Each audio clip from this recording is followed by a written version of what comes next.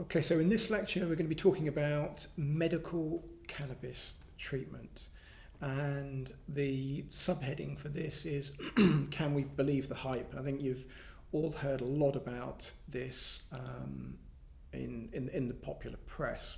So what is it all? These are some of the topics I'm going to cover in this presentation. Firstly, this is cannabis, or there are different types of cannabis. This is Cannabis Sativa, Cannabis Indica. There are other varieties of cannabis, but those two are the main important ones.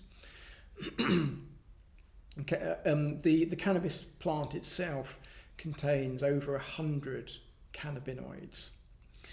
The most important of which are THC and CBD, which we'll discuss.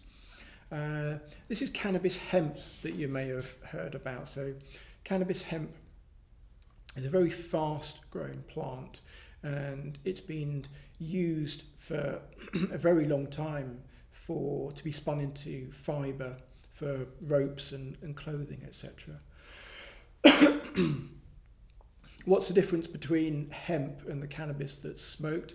Essentially, it's the amount of THC, that's the psychoactive component. So hemp contains very low levels of THC, less than 0.3%, and it's not psychoactive. So the main the two main important chemicals in cannabis are THC and cannabidiol. And important to note that in the plant, these exist in an inverse ratio. So the higher the THC, the lower the CBD.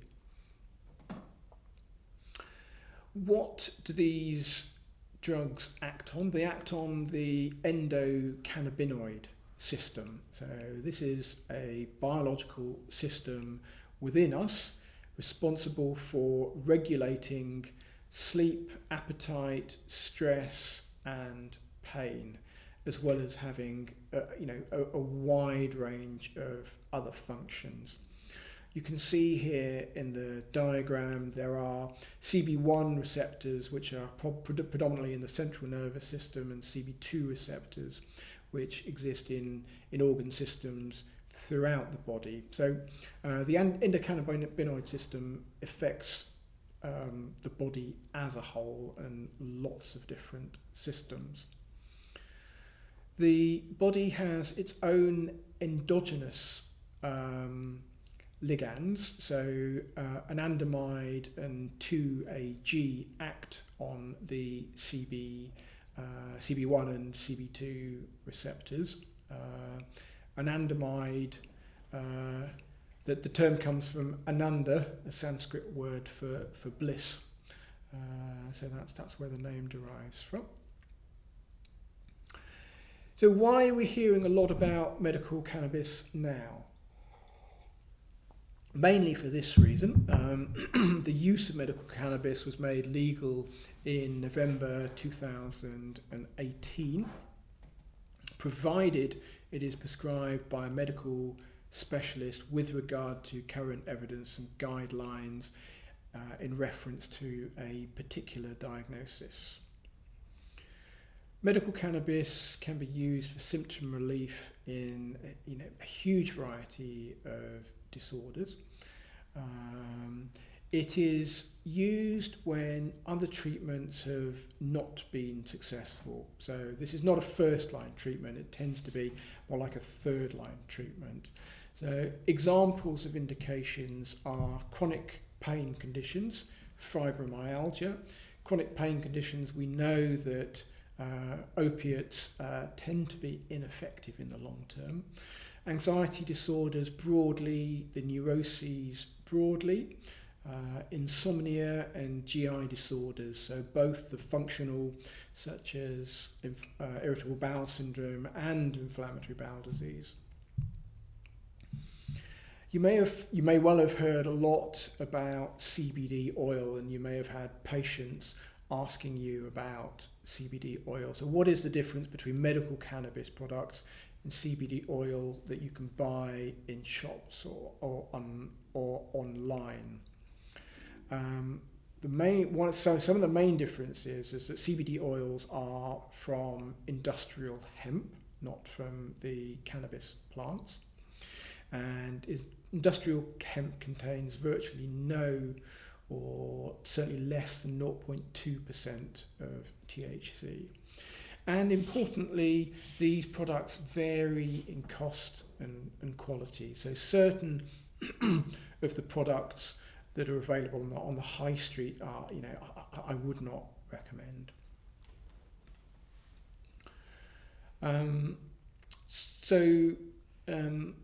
What's the relationship between THC and CBD? And this again speaks to the difference between the CBD oil and the cannabis-based products that are available on prescription.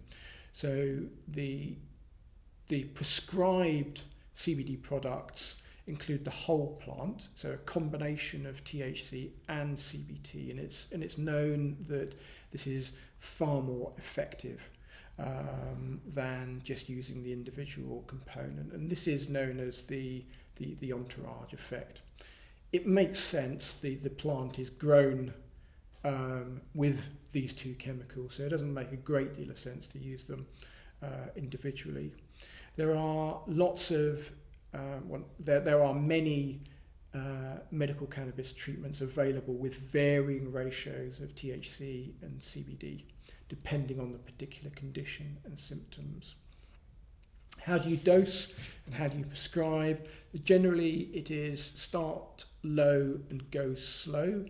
By this way, this minimises any side effects, and the patient gets used to taking the cannabis-based treatment. It may take 3 or 4 weeks for full benefits and up to 12 weeks to reach an established dose.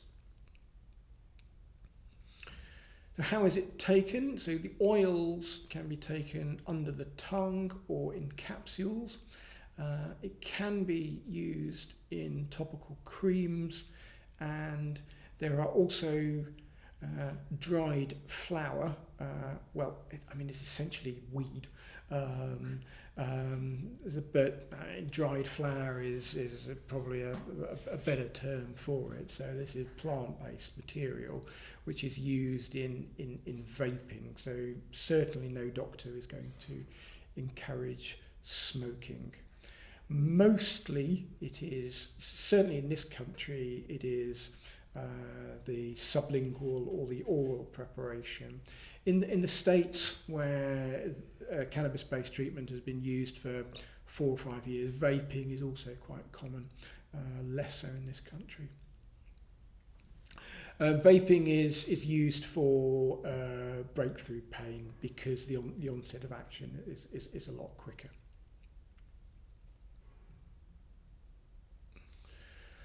Most people will take the oral preparation with an onset time of between 30 minutes and 2 hours.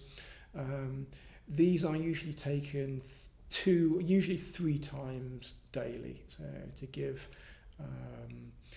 relief throughout the day and at night. So medical cannabis, as we've already said, contains higher amounts of THC.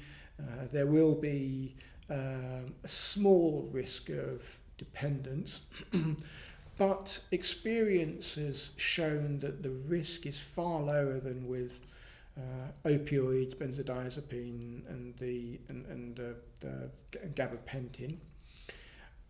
I certainly wouldn't prescribe, or I'd be very careful in prescribing these products to someone with a history of addiction. And speaking to clinicians in North America who have an experience of 4 or 5 years of running cannabis clinics, the mean age of patients tends to be in their mid-50s. So these are not your typical young adult who you might think would be at a risk of developing a cannabis dependence. So will this become available on the NHS? I think possibly. It is available on NHS prescription, but only in certain limited for limited indications that you've seen there. It may take a number of years before it's more widely available on the NHS. So who can prescribe medical cannabis?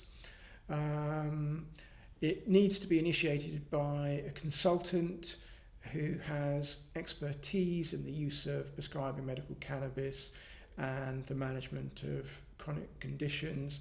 At present, GPs are unable to initiate medical cannabis.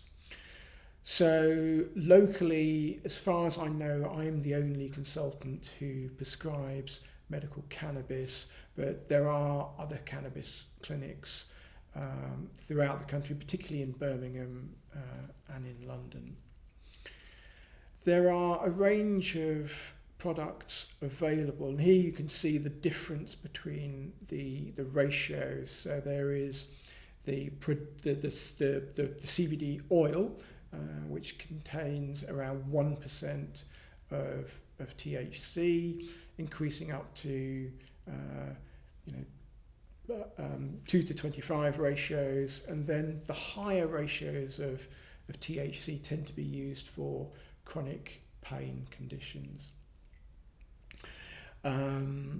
These preparations are also available. The predominantly THC and the flower preparations are available. I'm not sure that I will be prescribing much, if any of these.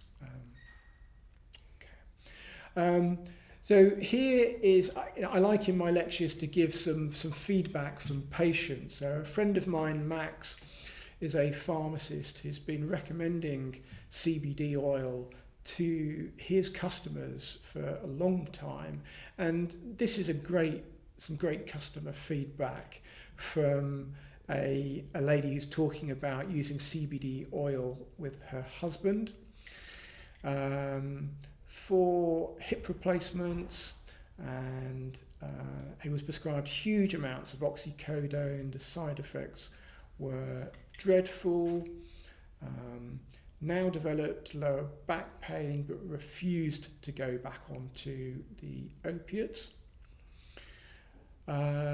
Tried CBD oil, and the difference is just remarkable. I have my husband back, not the grumpy, depressed bloke I've been living with for years. He now enjoys walking the dog, playing with his grandchildren, and is altogether more motivated and happy. So really, a glowing testimonial, and certainly an area of a therapeutic treatment area that needs further exploration. Again, if you have any comments or questions, please post them below.